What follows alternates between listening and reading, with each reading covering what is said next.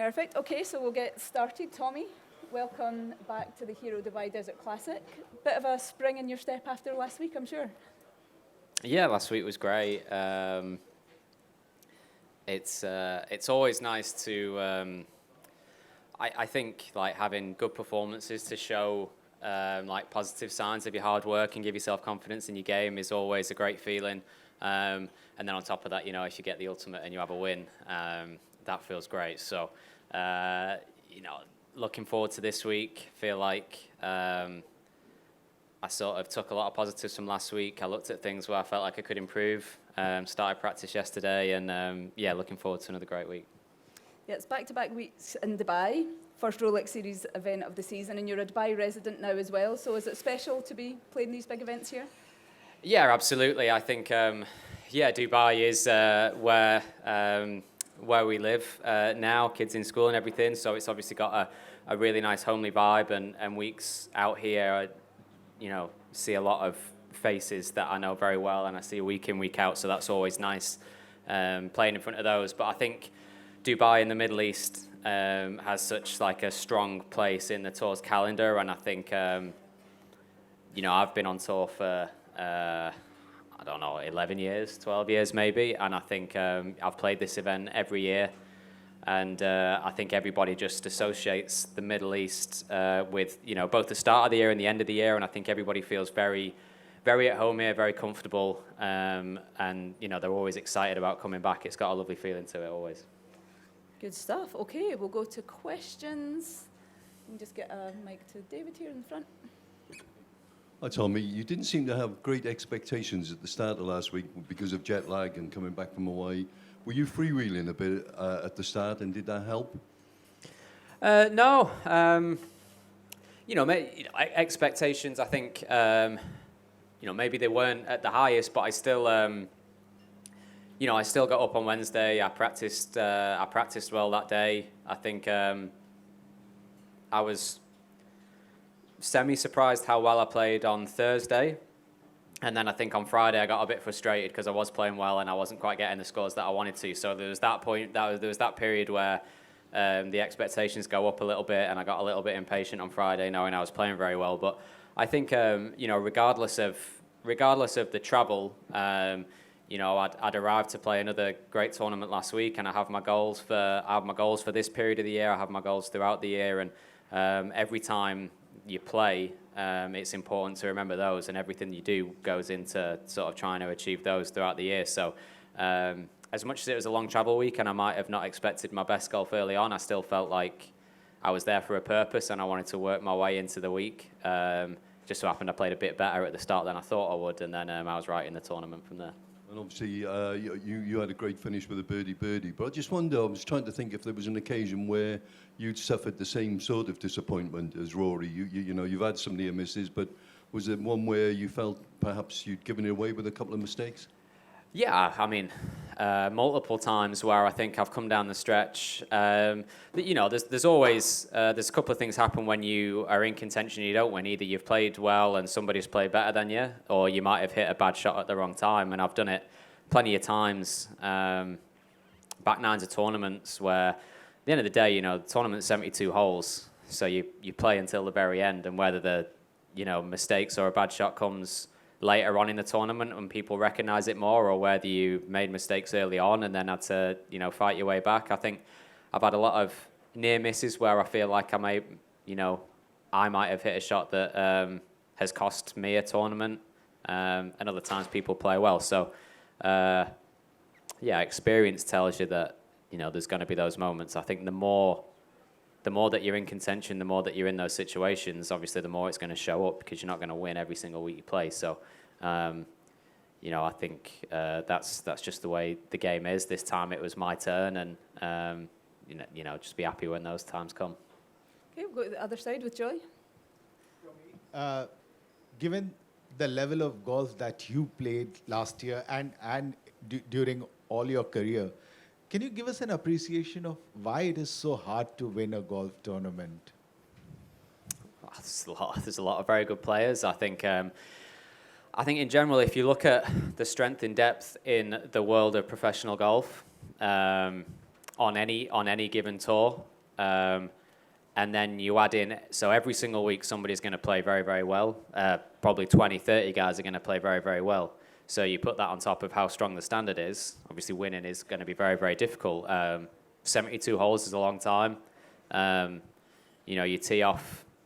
Sometimes you tee off at 7 o'clock on Thursday morning. The tournament finishes at 6 o'clock on Sunday night. Everything you do in that period counts. So, yeah, it's difficult. And I think, you know, even I think the best players in the world and the people that win the most, you know, Rory very much at the top of that list. If you look at the amount of times he actually just puts himself there, I think that's the number one thing you can do. Keep playing to a high standard, keep practicing to a high standard, put yourself in those positions all the time, and then you know, you get the chance of winning. It's not going to work out all the time, and winning is very, very hard, and there's always players there that are playing great and are going to be hitting great shots, and you just have to be there, and then, like I say, your times will come. My time doesn't happen, or it hasn't happened nearly as much as I would like, but you know, that we just hope that it comes more often in the future. But I just think, you know, winning is very, very hard, and of course everybody judges you on the tournaments you've won. But even last week, you know, I played great golf last week, and everybody will say how well I played, and it was great to win.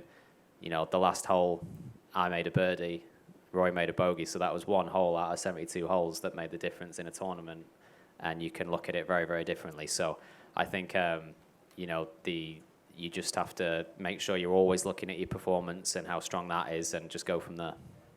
And Tommy, did you work on anything specific during the limited off season that you had coming into 2024? No, you know, that was my period. I think I played. Finished the year at the DP, you know, the World at Jumeirah, and I didn't play or practice properly until the year started in January. We went back home to our home in the UK, saw friends, family there, had a nice break over Christmas, because really that is the only break that you get throughout the year. So I took that time to just relax and enjoy it.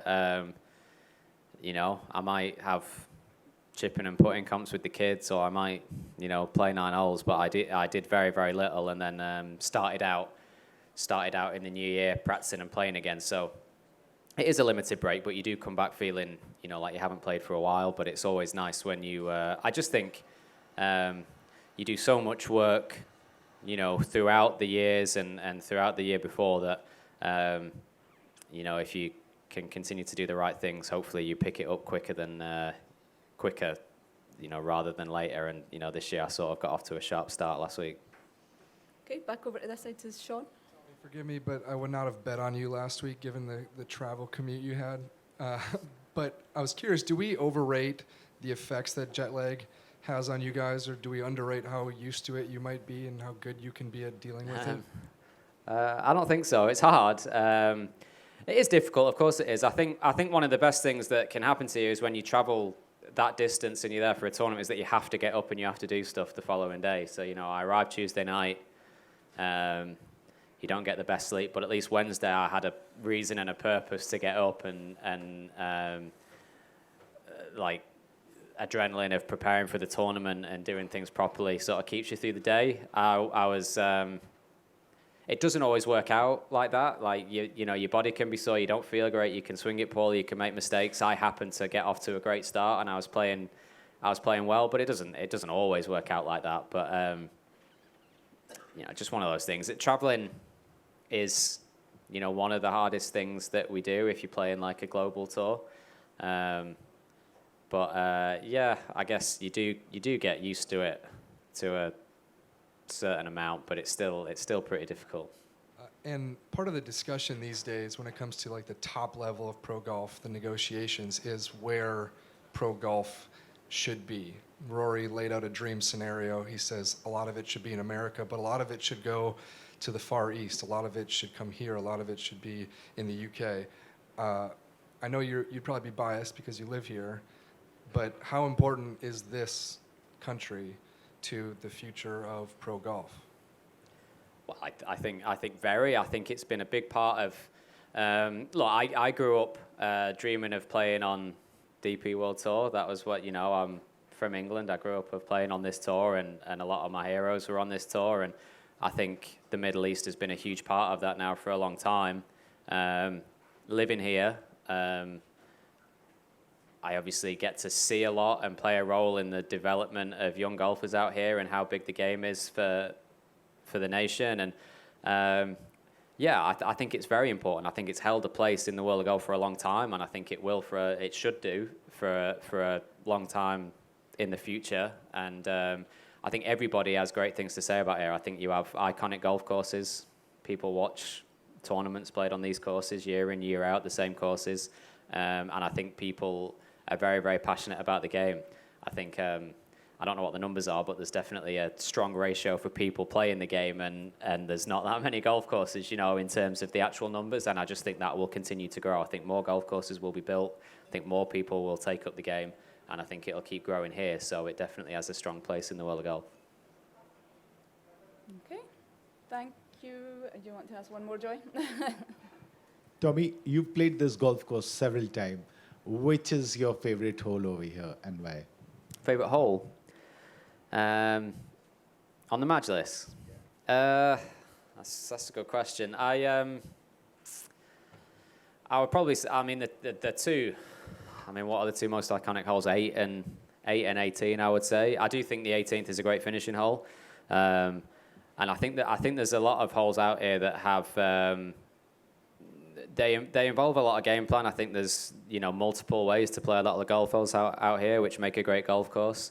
I think, I as a fan and as a golfer, having watched over the years, I associate the 18th with so many great moments. So I think that one is one of the holes that I get excited to play the most. Okay, thank you, everyone. Thank you, Thank Tom. you.